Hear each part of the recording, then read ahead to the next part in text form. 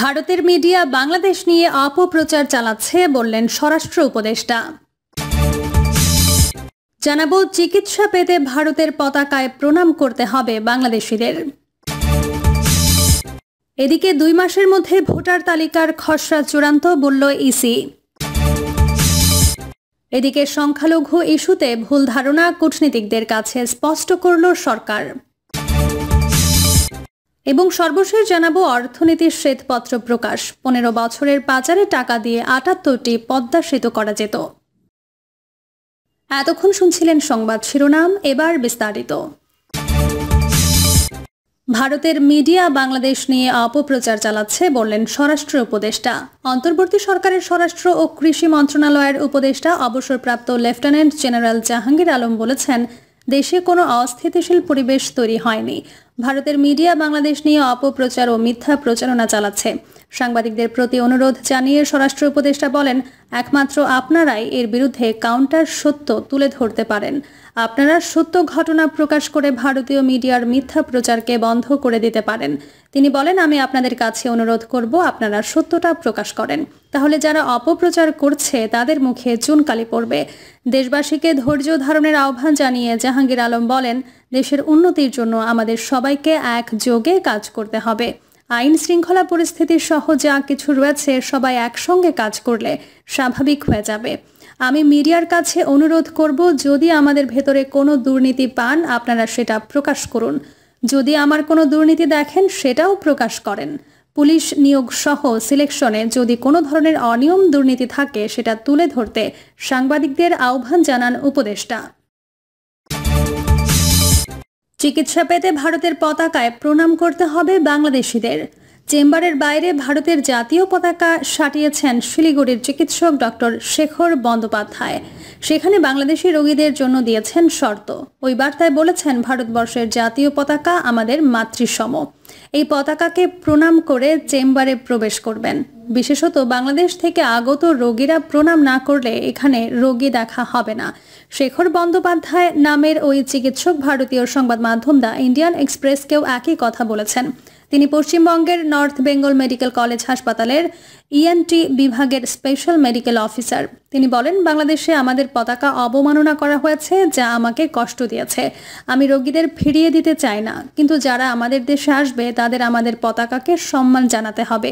সম্প্রতি ঢাকার বিমানবন্দরে সম্মিলিত সনাতনী জাগরণ জোটের নেতা চিন্ময় কৃষ্ণ দাসকে গ্রেপ্তার এবং পরদিন তাকে আদালতে হাজির করার পর চট্টগ্রামের সহিংসতায় আইনজীবীর প্রাণহানির পর 2 দেশের মধ্যে উত্তেজনা তৈরি হয়। 2 দেশের পরস্পরের বিরুদ্ধে জাতীয় পতাকা অবমাননার অভিযোগ উঠেছে। এই প্রতিক্রিয়ায় ভারতের পশ্চিমবঙ্গ থেকে হাসপাতাল ও চেম্বারে বাংলাদেশি রোগীদের চিকিৎসা দেওয়া হবে না বলে ঘোষণা আসছে। সর্বপ্রথম কলকাতার জে.এন. রায় হাসপাতাল এবং সর্বশেষ ত্রিপুরার আগরতলার আইএলএস হাসপাতালে ঘোষণা দেয়। এদিকে বাংলাদেশি রোগীদের চিকিৎসা সেবা বন্ধের বিষয়টিকে সমর্থন করেনি পশ্চিমবঙ্গ মেডিকেল কাউন্সিল। সংগঠনটির সভাপতি ডক্টর সুদীপ্ত রায় বলেছেন, তারা রোগীদের মধ্যে কোনো বৈষম্য করেন না, সবার চিকিৎসা করবেন। 2 মাসের মধ্যে ভোটার তালিকার খসড়া চূড়ান্ত বলল ইসি। নির্বাচন commissioner brigadier general Abul Fazal Sanaullah বলেছেন, 2 মাসের মধ্যে ভোটার তালিকার খসড়া চূড়ান্ত করে তালিকা প্রকাশ করা হবে। সানাউল্লাহ বলেন, আগামী বছর 2 মার্চের পর থেকে ভোটার তালিকা হালনাগাদে বাড়ি বাড়ি গিয়ে তথ্য সংগ্রহ করবে নির্বাচন কমিশন। হালনাগাদ করা এসব ভোটার 2026 সালে নতুন ভোটার হিসেবে যুক্ত হবে। এদিকে ভোটার তালিকা আইন অনুযায়ী নিয়মতান্ত্রিকভাবে নির্বাচন কমিশনের সংগ্রহে থাকা তথ্যের ভিত্তিতে আগামী 2 জানুয়ারি থেকে 2 মার্চের মধ্যে ভোটার তালিকার খসড়া ও চূড়ান্ত তালিকা প্রকাশ করা হবে। আবুল ফজল মোহাম্মদ সানাউল্লাহ বলেন, নতুন ভোটার হিসেবে যুক্ত হওয়ার জন্য আমাদের কাছে 17 লাখ নাগরিকের তথ্য সংগ্রহে রয়েছে। এসব নাগরিক 1 জানুয়ারি 2025 সালে ভোটার তালিকায় যুক্ত হবে। এই 17 লাখ নাগরিকের মধ্যে 13 লাখের তথ্য নির্বাচন কমিশন 22 সালে সংগ্রহ করেছিল। বাকি নাগরিকরা নিজেরা নিবন্ধিত হয়েছেন। তবে পরিসংখ্যান বলে 45 লাখের মতো নাগরিকের নতুন ভোটার হিসেবে যুক্ত হওয়ার কথা। সেই হিসেবে 27 থেকে 28 লাখ নাগরিক নিবন্ধিত হননি, কিন্তু তারা ভোটার হওয়ার যোগ্য। এই কারণে আমরা সিদ্ধান্ত নিয়েছি, এবছরের হালনাগাদ 2 জানুয়ারি থেকে 2 মার্চের মধ্যে সম্পন্ন হবে। এরপর আমরা বাড়ি বাড়ি গিয়ে তথ্য সংগ্রহ করব। বাদ পড়া এসব নাগরিক সহ 2026 সালের ভোটার হওয়া উপযুক্ত হবেন এমন নাগরিকের তথ্য সংগ্রহ করা হবে। একই সঙ্গে যেসব ভোটার মৃত্যুবরণ করেছে তাদের নাম ভোটার তালিকা থেকে কর্তন করার জন্য তথ্য নেওয়া হবে।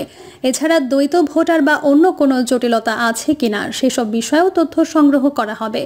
বাড়ি বাড়ি গিয়ে তাদের তথ্য সংগ্রহ করা হবে। তারা 2026 সালে নতুন ভোটার হিসেবে যুক্ত হবেন। এর মাধ্যমে আমরা শুদ্ধ এবং পূর্ণাঙ্গ তথ্যের ভিত্তিতে শতভাগ সঠিক তা নিশ্চিত করতে পারব। বাড়ি বাড়ি গিয়ে তথ্য সংগ্রহ সহ যাবতীয় কার্যক্রম সম্পন্ন করতে 6 মাসের মতো সময় লাগবে। সংখ্যালঘু ইস্যুতে ভুল ধারণা কূটনীতিকদের কাছে স্পষ্ট করল সরকার। ধর্মীয় সংখ্যালঘু ইস্যুতে ঢাকায় বিভিন্ন মিশনে দায়িত্বরত বিদেশি কূটনীতিকদের ব্রিফ করেছেন অন্তর্বর্তী সরকারের পররাষ্ট্র উপদেষ্টা মোহাম্মদ তৌহিদ হোসেন। এতে অংশ নেন ভারত, পাকিস্তান সহ বিভিন্ন দেশের প্রতিনিধি। পররাষ্ট্র উপদেষ্টা বলেন, বাংলাদেশে হিন্দুদের সম্পর্কে একটি ভুল ধারণা তৈরি হয়েছে ভারতীয় গণমাধ্যমের একাংশ, সেটি কূটনীতিকদের সামনে উপস্থাপন করা হয়েছে। ভারতীয় গণমাধ্যম বাংলাদেশের সংখ্যালঘু পরিস্থিতি নিয়ে মিথ্যা তথ্য ছড়াচ্ছে জানিয়ে তিনি বলেন, প্রধানত ভারতীয় মিডিয়ায় অপপ্রচার চালানো হচ্ছে। এর বাইরেও অনেক মিডিয়া ভারতীয় মিডিয়াকে উপজীব্য করে অপতথ্য ছড়াচ্ছে। তবে আমরা বলতে চাই, সব সরকারের আমলেই বছরে 2-1টা বিচ্ছিন্ন ঘটনা ঘটে। সরকারের কাজ পরিস্থিতি নিয়ন্ত্রণ করা, আমরা সেটি করেছি। এরপরও দেশ ও দেশের বাইরে এ নিয়ে মিথ্যা তথ্য ও বিভ্রান্তি ছড়ানো হচ্ছে। সরকারের অবস্থান তুলে ধরে তিনি বলেন, আমরা বার্তা দিয়ে যাই যে বর্তমান সরকার সাম্প্রদায়িক কোনো অতৎপরতা বরদাস্ত করবে না। আমরা হিন্দু মুসলিম কোনো ভেদ করতে চাই না। কোনো বিশৃঙ্খলা দেখা গেলে আমরা আইনানুগ ব্যবস্থা নেব। এ সময় ব্রিটেনের অল পার্টি পার্লামেন্টারি গ্রুপের প্রতিবেদনের সমালোচনা করে বলেন, প্রতিবেদনটি একপেশে। তিনি বলেন, প্রতিবেদন তৈরিতে সেখানে অবস্থানরত একটি বিশেষ গোষ্ঠীর মানুষ প্রভাব রেখেছে। যুক্তরাজ্যে আওয়ামীপন্থী সংসদের সংখ্যাও বেশি। তারা প্রতিবেদনকে প্রভাবিত করেছে। তারা আমাদের দূতাবাসকে এই বিষয়ে কিছুই জানায়নি। তিনি অভিযোগ করেন, একটি বিশেষ গোষ্ঠী তাদের সর্বশক্তি দিয়ে অপপ্রচার চালাচ্ছে। এ ব্যাপারে সবাইকে সতর্ক থাকার আহ্বান জানান পররাষ্ট্র উপদেষ্টা। অর্থনীতির শ্বেতপত্র প্রকাশ। 15 বছরের পাচারের টাকা দিয়ে 78টি পদ্মা সেতু করা যেত। আওয়ামী লীগের শাসন আমলে 2009 থেকে 2023 সাল পর্যন্ত 15 বছরে দেশ থেকে $234 বিলিয়ন পাচার হয়েছে। স্থানীয় মুদ্রায় যা 28 লাখ কোটি টাকা। এই অর্থ গত 5 বছরে দেশের জাতীয় বাজেটের চেয়ে বেশি, যা দিয়ে 78টি পদ্মা সেতু করা যেত। এ সময় প্রতি বছর পাচার হয়েছে $16 বিলিয়ন বা 1,80,000 কোটি টাকা। অর্থনীতির অবস্থা মূল্যায়নে গঠিত শ্বেতপত্র প্রণয়ন কমিটির প্রতিবেদনে এসব তথ্য উঠে এসেছে। প্রতিবেদনে অর্থ পাচারের ব্যাপারে যুক্তরাষ্ট্র ভিত্তিক প্রতিষ্ঠান গ্লোবাল ফাইন্যান্সিয়াল ইন্টিগ্রেটেড রিপোর্টের উদ্ধৃতি দেওয়া হয়েছে। অন্তর্বর্তী সরকারের প্রধান উপদেষ্টা ডক্টর মোহাম্মদ ইউনূসের কাছে রোববার প্রতিবেদন জমা দিয়েছে শ্বেতপত্র সংক্রান্ত কমিটির প্রধান বেসরকারি গবেষণা প্রতিষ্ঠান সেন্টার ফর পলিসি ডায়ালগের বিশেষ ফেলো দেবপ্রিয় ভট্টাচার্য নেতৃত্বাধীন কমিটি। প্রতিবেদনে বলা হয়, আলোচ্য সময়ে সবচেয়ে দুর্নীতি হয়েছে ব্যাংকিং খাত, বিদ্যুৎ জ্বালানি, উন্নয়ন প্রকল্প, শিক্ষা এবং স্বাস্থ্য খাতে। 29টি প্রকল্পের মধ্যে 7টি বড় প্রকল্প পরীক্ষায় দেখা গেছে প্রতিটিতে অতিরিক্ত ব্যয় 10,000 কোটি টাকার বেশি। ব্যয়ের সুবিধা বিশ্লেষণ না করে প্রকল্পের ব্যয় প্রায় 70% বাড়ানো হয়েছে। 15 বছরে বার্ষিক উন্নয়ন কর্মসূচিতে 7 লাখ কোটি টাকার বেশি ব্যয় হয়েছে। এর 40% অর্থ আমলারা লুটপাট করেছে। এ সময় কর ও বাহতির পরিমাণ ছিল দেশের মোট জিডিপির 6%। এটি অর্ধেকে নামিয়ে আনা গেলে শিক্ষা বাজেট দ্বিগুণ এবং স্বাস্থ্য বাজেট 3 গুণ করা যেত। বিদ্যুৎ উৎপাদনে $30 বিলিয়ন বিনিয়োগ করা হয়েছে। এর 10% অবৈধ লেনদেন ধরা হলে পরিমাণ হবে কমপক্ষে $3 বিলিয়ন। প্রতিবেদনে বলা হয়েছে, ব্ল্যাক হোলের গভীরে ব্যাংকিং খাত, খেলাপি ঋণ 6,75,000 কোটি টাকা। অর্থ পাচারে জড়িতদের আইনের আওতায় আনতে বিচার কাজ শুরুর সুপারিশ করেছে কমিটি। রিপোর্ট প্রদান অনুষ্ঠানে ডক্টর ইউনূস বলেন, এটি ঐতিহাসিক দলিল, বিষয়টি পাঠ্যপুস্তকে অন্তর্ভুক্ত করা উচিত। ডক্টর দেবপ্রিয় ভট্টাচার্য বলেন, সমস্যাটি আমরা যতটা ভেবেছিলাম তার চেয়েও গভীর। শ্বেতপত্রে উঠে এসেছে কিভাবে চামচা পুঁজিবাদ অলিগার্কদের জন্ম দিয়েছে।